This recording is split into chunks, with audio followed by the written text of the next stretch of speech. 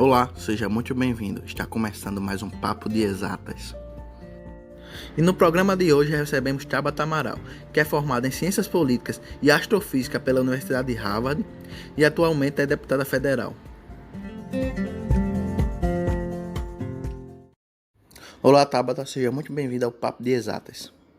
Uma coisa bastante interessante na sua vida é que você, quando mais jovem, fez muitas Olimpíadas Científicas e hoje é deputada federal. Ambos os ambientes são formados em sua grande maioria por homens. Hoje, você é uma das maiores representantes na luta por representatividade feminina no país. Gostaria de saber quando você começou a perceber que isso era importante e falar sobre as suas vitórias e dificuldades que vem tendo nessa luta. Tá certo. Bom dia, Vitor. Bom dia, boa tarde, boa noite, dependendo do horário que cada um for nos ouvir. Obrigada pelo convite.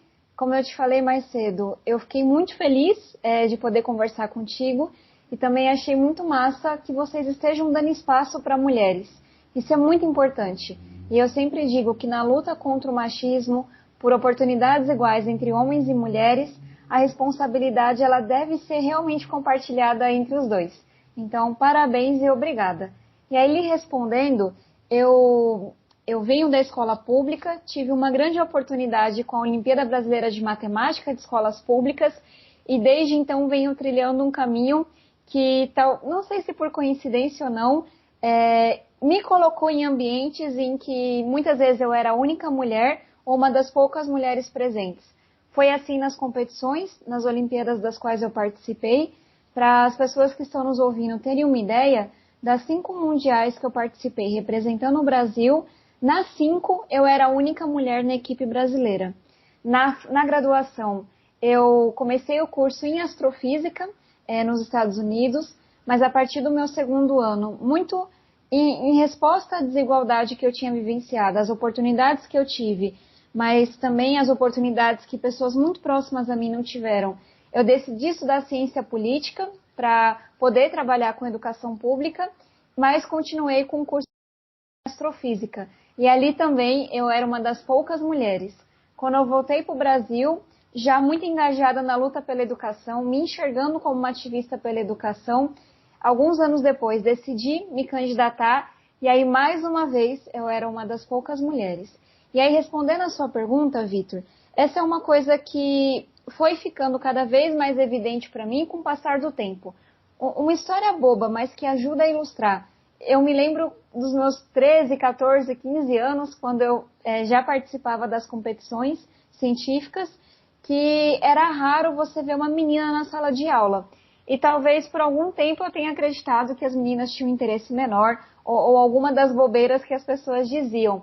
Mas eu me lembro de uma aula, eu tinha menos de 15 anos, e um menino virou assim no meio da aula e falou: olha, tenho certeza que a Tabata é um menino disfarçado de menina. E aí assim, pode ser uma coisa muito boba, mas na adolescência em que a gente está tentando se provar tanto, sabe? Quando ele disse aquilo, eu queria abrir um buraco no chão e me enterrar.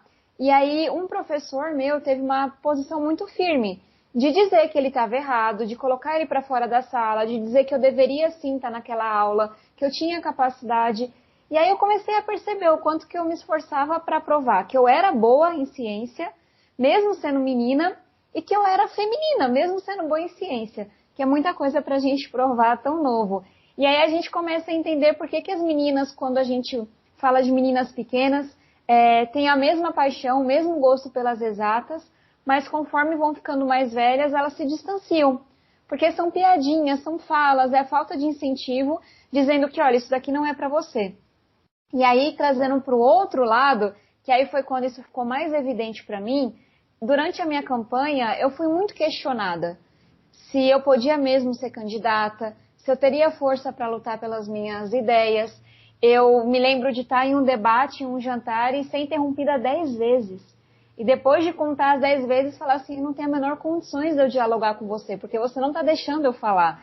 E aí, um episódio em que eu estava em uma feira durante o dia e fui assediada e tive que sair correndo. Então, são várias coisas que se somam para dizer, esse lugar não é seu, para que a gente desista. E aí, na política, hoje, como deputada federal, é quando eu vejo isso de forma mais violenta.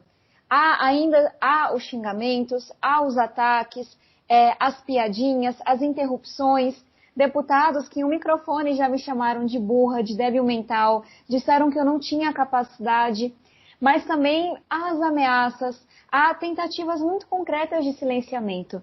E aí, Vitor, para terminar de lhe responder, a forma que eu aprendi a lidar com isso foi primeiro entendendo que, olha, isso não tem a ver com a minha capacidade, porque por muito tempo, e às vezes ainda hoje, eu tento trabalhar mais, eu tento fazer melhor, para ver se assim as pessoas vão achar que é legítimo, que eu faço um bom trabalho. Mas a gente tem que entender que não tem a ver, não é sobre o meu trabalho, não é sobre a minha capacidade. É sobre o preconceito que está no olho da outra pessoa. Então, toma cuidado para dormir, para me cuidar, porque a gente vai subir na barra, vai se cobrando cada vez mais. Então, entender que quando alguém vira para mim numa sessão e diz que eu sou burra, que eu sou incapaz, não é porque eu fiz nada de errado, é porque aquela pessoa tem uma visão muito preconceituosa. Então, esse é o primeiro passo. E aí, o segundo passo é lutar para que outras mulheres também ocupem esses lugares. E aí, a gente pode falar mais sobre isso, mas eu penso muito, se essas pessoas estão tão incomodadas por ver uma mulher jovem como eu ocupando esse lugar com coragem, com independência, a melhor resposta que eu posso dar para elas é, primeiro, não desistir. E segundo, trazer mais mulheres, para que na marra elas entendam que a política é para homens e mulheres e não só para homens. E o Vamos Juntas vem nesse contexto. É um movimento por mais mulheres na política que eu fundei ano passado, que hoje conta com 51 candidatas Brasil afora, mulheres muito preparadas, muito aguerridas, e é essa a resposta que a gente vai dar, lutar cada vez mais para que as mulheres também ocupem o seu lugar na política. Dando continuidade, uma das bandeiras que você mais levanta hoje em dia é da educação. Inclusive, recentemente você lançou um livro chamado Nosso Lugar, onde você narra sua trajetória de vida, desde a Vila Missionária, passando por Harvard, até chegar à Câmara dos Deputados em Brasília. Uma palavra que está muito em alta hoje em dia é meritocracia, e com certeza você não concorda com a forma que ela é usada hoje em dia, que é no sentido de que basta você querer que você consegue. Bem, falado tudo isso, gostaria que você falasse como aquela menina pobre chegou até a Câmara dos Deputados em Brasília. Vitor, é muito importante que a gente tenha essa discussão, porque no Brasil se instalou um conceito completamente torto e distorcido de meritocracia. E o que eu quero dizer com isso? Eu sempre trago de uma forma simples colocando, imaginem que a gente tem uma corrida. Meritocracia de verdade é você calcular o delta, é você ver de onde cada um saiu e até onde cada um chegou. E aí algumas pessoas podem pensar, mas numa corrida a gente só olha quem chegou primeiro, porque o ponto de partida é o mesmo. Isso não é verdade no nosso Brasil. Em um país em que as pessoas são discriminadas pela cor da pele, em que as mulheres partem muitas vezes de alguns quilômetros atrás, em que quem é pobre, quem estuda em escola pública, nem sempre vai ter uma chance de fazer um vestibular, o ponto de partida é tão desigual que olhar só quem chegou primeiro não diz nada sobre o mérito, não diz nada sobre o esforço de cada um. E, infelizmente, o nosso vestibular faz isso. Ele olha só quem chegou primeiro. Muitos processos de admissão para vagas de emprego também fazem isso. E aí a gente tem que ter duas lutas. Uma, que é mais de curto prazo, que é você tentar calibrar pelo ponto de partida desigual, e é nesse sentido que eu defendo as cotas no ensino superior, por exemplo, e um esforço de longo prazo, que é a luta na educação, para que na escola pública o filho do rico e o filho do pobre, eles tenham realmente a mesma chance. Que ali na escola pública a gente equalize as oportunidades. E é isso que me move. Eu tive oportunidades incríveis e vou falar mais sobre isso. Mas eu tenho que entender que enquanto histórias como a minha forem a exceção, a gente está falhando na nossa luta pela educação. E aí, lhe respondendo, eu tive como eu contei mais cedo, uma grande oportunidade com a OBMEP, que é a Olimpíada de Matemática das Escolas Públicas, essa Olimpíada. E é importante dizer que desde lá, quando eu estava na escola estadual, na quinta série, participei da primeira OBMEP, uma professora de matemática da minha escola decidiu preparar alguns alunos para aquela competição. E aí você já vai vendo um fator que foi constante ao longo da minha vida, que foram professores que foram me ajudando a reconquistar o meu direito de sonhar. E por causa dessa professora, a professora Simone, eu fui premiada nas 2 primeiras OBMEPs, Ganhei uma bolsa de estudos em uma escola particular que fica mais ou menos 1 hora e meia da nossa casa. E desde então, minha vida começou a mudar completamente. Nessa escola, eu primeiro tive acesso a uma educação de um altíssimo nível de qualidade. Eu me encontrei com o mundo das Olimpíadas. E aí, como eu estava lá por causa da UBMEP, eu tinha certeza que as Olimpíadas iam salvar a minha vida, se não o mundo, e me dediquei cada vez mais a elas. Mas é importante dizer que não foi só esforço. E aí, trazendo alguns exemplos, eu quase saí da escola quando eu estava no ensino médio, porque meu pai já estava muito doente. Meu pai era dependente químico. Quando eu entrei no ensino médio, ele começou a fazer uso do crack. E aí, faltava dinheiro para tudo, para a passagem do ônibus. Naquele momento, ninguém falava sobre isso com a gente. As pessoas culpavam meu pai e não entendiam que aquilo era uma doença. Então foi um momento muito difícil, muito complexo para a gente.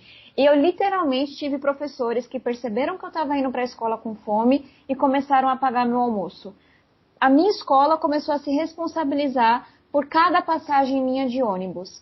Meus professores também perceberam que tinha uma premiação de uma Olimpíada e não tinha roupa para ir.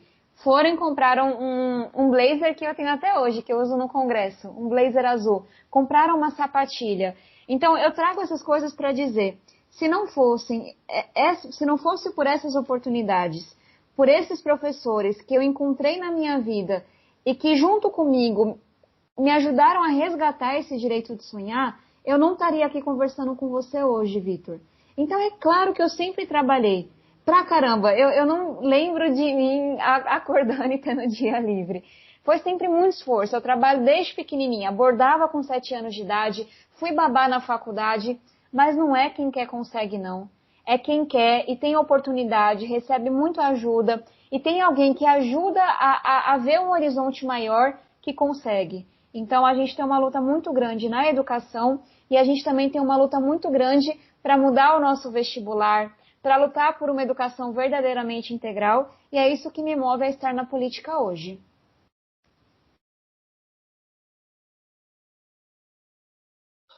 Muito obrigado, Tabata, dando continuidade. Vamos pontuar nesse ponto da educação. É, Como disse anteriormente, você sempre foi uma das maiores defensoras e hoje briga fortemente no Congresso, tendo até cobranças muito pesadas a antigos ministros, pesadas, mas porém justas. E gostaria que você falasse do novo Fundeb e, e sobre como ajudar algumas crianças pobres que ainda estão sem aula nesse período de pandemia. Vitor, é importante a gente falar com muita seriedade sobre o que está acontecendo. Nós temos alunos que estão há mais de 8 meses sem nenhum contato com a escola, perdendo o vínculo com a chance de um futuro melhor. E aí, trazendo alguns dados para as pessoas entenderem, primeiro é importante a gente saber que a gente está falando de milhões de estudantes que dividem 2 cômodos, às vezes com mais de 10 familiares, que não tem internet, que o esgoto passa na frente da casa, que não tem uma mesa para estudar, cujos pais não sabem ler e escrever. É nessa realidade que a gente tem que pensar. E não naquela realidade que muitas vezes aparece na propaganda do MEC de um aluno que tem os melhores equipamentos do mundo. E aí, quando a gente vai para os dados, tem uma pesquisa recente do Data Favela que mostrou que mais da metade dos estudantes que moram em favelas não tiveram nenhum acesso ao estudo, ao conteúdo nos últimos meses. E aí tem um outro estudo, um feito com alunos pela Unesco, pelo Conjuve e outras instituições, e outro feito com responsáveis pelo Datafolha, que mostrou que 1/3 dos jovens consideram abandonar o ensino médio. É dessa realidade que a gente está falando, é dessa desesperança.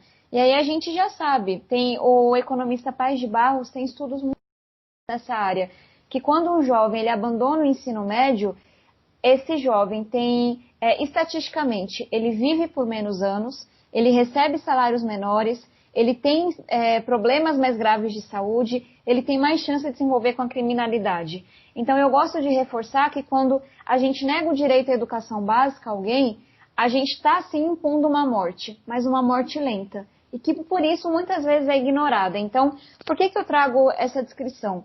para dizer que a gente precisa retomar as aulas com segurança, com responsabilidade. Mas não dá para fingir que nada está acontecendo. E aí, é claro que a gente vai precisar de revezamento, é claro porque talvez as escolas, depende da estrutura, mas comportem apenas 1/3 dos alunos de cada vez. É claro que nós vamos precisar de um modelo híbrido. O que é isso? Com conteúdo tanto online quanto presencial. Porque alguns professores não vão poder voltar, eles estão em grupos de risco. Alguns alunos também não vão poder voltar. Então, essa retomada, ela é complexa, demais da conta.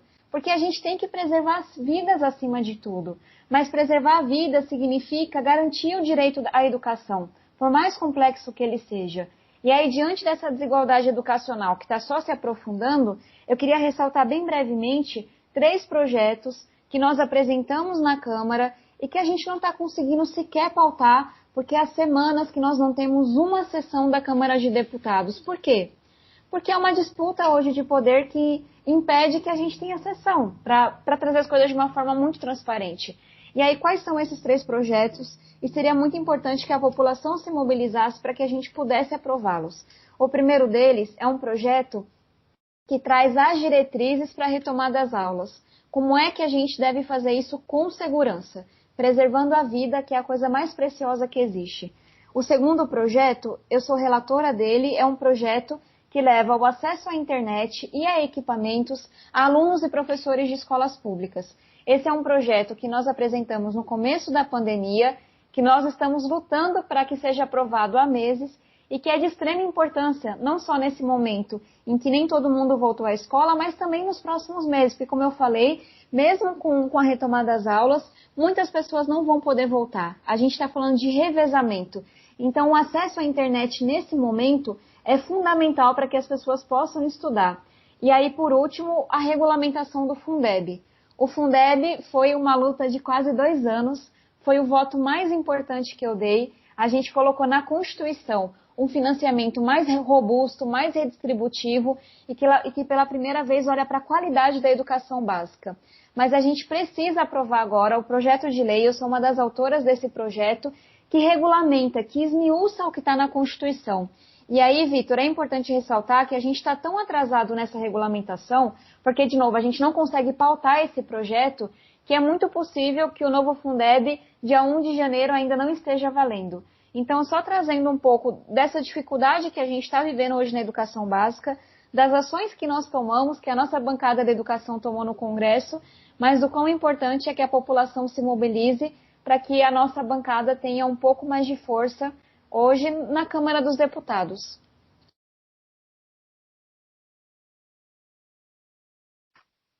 Tá bom, tá. Muito obrigado. Só uma pergunta agora que surgiu com curiosidade. Eu lembro da época que você lançou a campanha, em 2018, 2018, foi eleita, e gostaria de saber se a Câmara dos Deputados está sendo o que você esperava.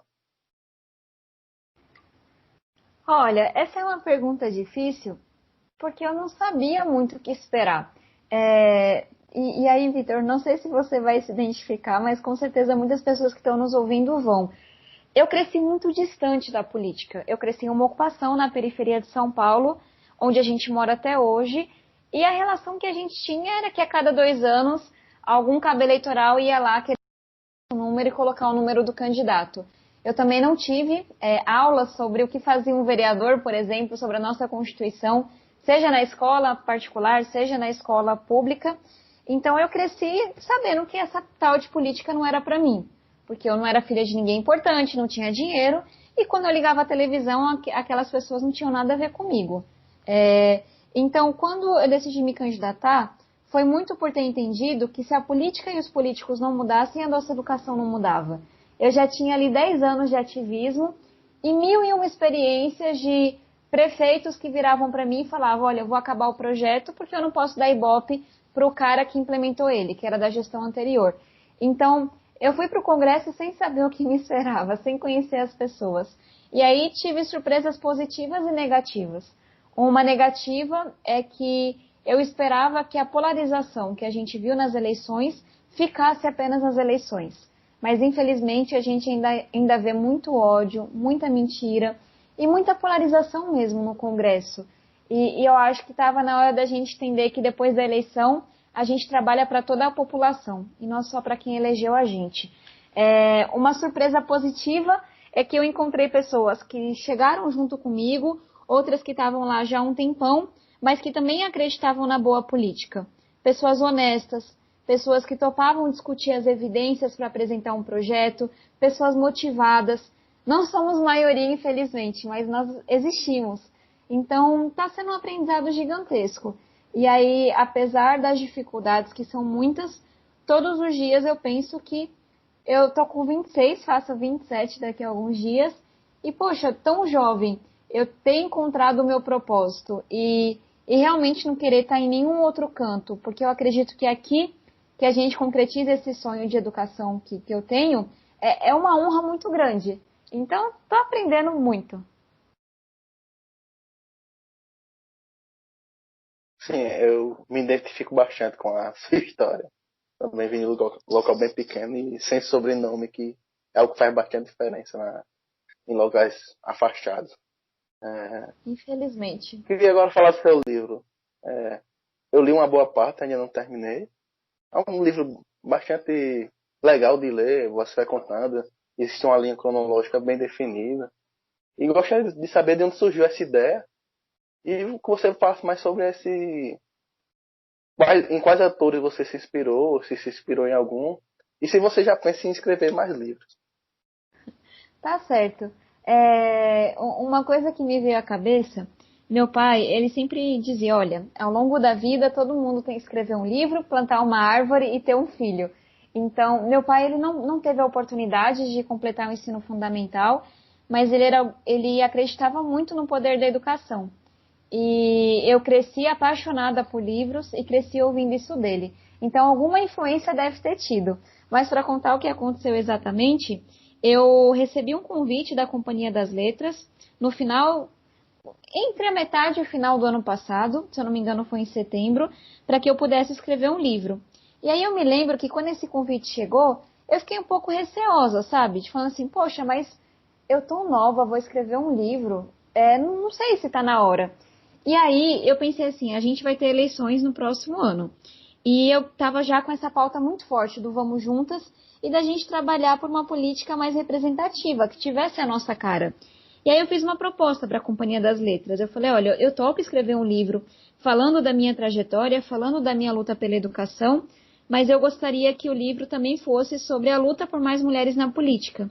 Eu gostaria que o livro inspirasse mulheres a também se candidatarem e homens a fazerem parte dessa luta por uma política que de fato tem a nossa cara. E eles toparam. E aí eu comecei, eu já tinha escrito uma tese de graduação, então na faculdade, em Harvard, a gente não tem TCC, mas você pode optar por fazer algumas matérias a mais, fazer o que a gente chama de uma graduação de honra, e escrever uma tese com algum tema novo e publicar essa tese. Então, tinha sido uma experiência maravilhosa, mas um pouco traumática, porque foram 2 anos de pesquisa e quase 200 páginas escritas. Mas eu falei, olha, eu vou topar esse desafio. E aí, adeus final de semana, adeus noite, feriado, madrugada. E aí eu comecei nessa empreitada. O meu objetivo inicial era que o livro saísse antes do prazo de filiação, porque eu queria que talvez ele incentivasse algumas mulheres a se candidatarem. Infelizmente, com o trabalho, com a pandemia, que aumentou muito a quantidade de trabalho, não foi possível, mas ele saiu em julho desse ano. E aí foi muito com esse objetivo de talvez mostrar para algumas pessoas que a política é sim para a gente. Que esses nossos sonhos, que esses nossos ativismos e causas, eles se concretizam por meio da política. E aí no livro eu falo sobre a minha trajetória, falo também sobre a luta pela educação e a luta por uma política que tenha mais a nossa cara. E eu espero que você goste depois de ler.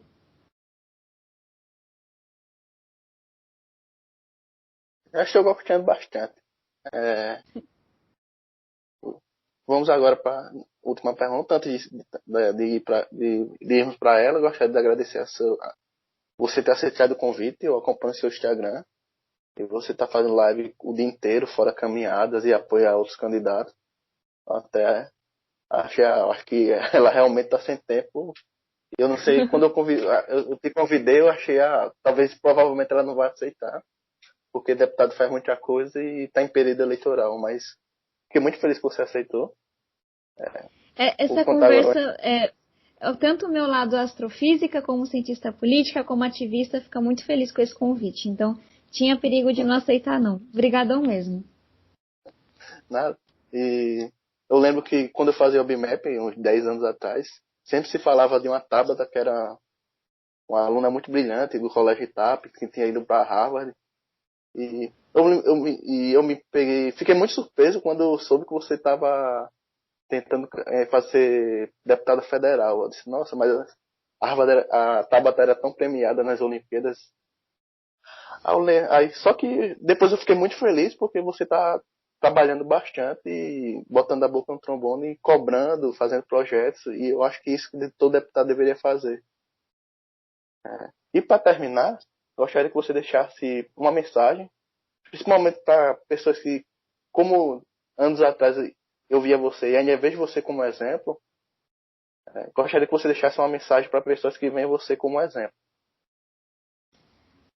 Vitor, primeiro que toda vez que eu ouço isso, eu sinto uma responsabilidade gigantesca. E eu levo ela muito a sério. Porque eu, ao longo dessa trajetória, tive muitas pessoas que me inspiraram. Muitas mesmo. Então, você motivar alguém ou fazer alguém acreditar que aquele lugar também é para ele, é de uma responsabilidade gigantesca. E uma coisa que eu sempre penso, inclusive isso está no livro, eu posso ter muito orgulho de ser a primeira da minha comunidade a conquistar várias coisas, a ocupar vários lugares. Mas eu não posso ter orgulho, eu não tenho direito de ter orgulho enquanto eu for a única, ou enquanto eu for a última. E é muito isso que me move. E aí, para quem me ouve, eu gostaria só de deixar assim um desejo, um voto de esperança, de que vocês sonhem sem limites. A gente sonhar e em tempos tão difíceis é realmente um ato de muita coragem, de muita ousadia. E eu tive que aprender a sonhar. E foram meus professores que me ajudaram a conquistar esse direito ao sonho. Então não desistam de sonhar, não abram mão disso. E vamos lutar realmente como sociedade, independente de onde cada um esteja, para que nossas crianças tenham o direito de sonhar. Independente se vocês estão na academia ou na política, ou estão no mundo empresarial, ou em uma fundação, uma ONG, a nossa luta deve ser a luta pelo direito de sonhar, para que independente de cor da pele, de onde cada um mora, das condições financeiras, que a gente, se é homem ou mulher, se tem deficiência ou não, independente de qualquer fator, que as pessoas possam sonhar sem limites. Então, é muito isso que me move na educação e eu espero que isso também mova vocês que estão nos ouvindo nesse momento.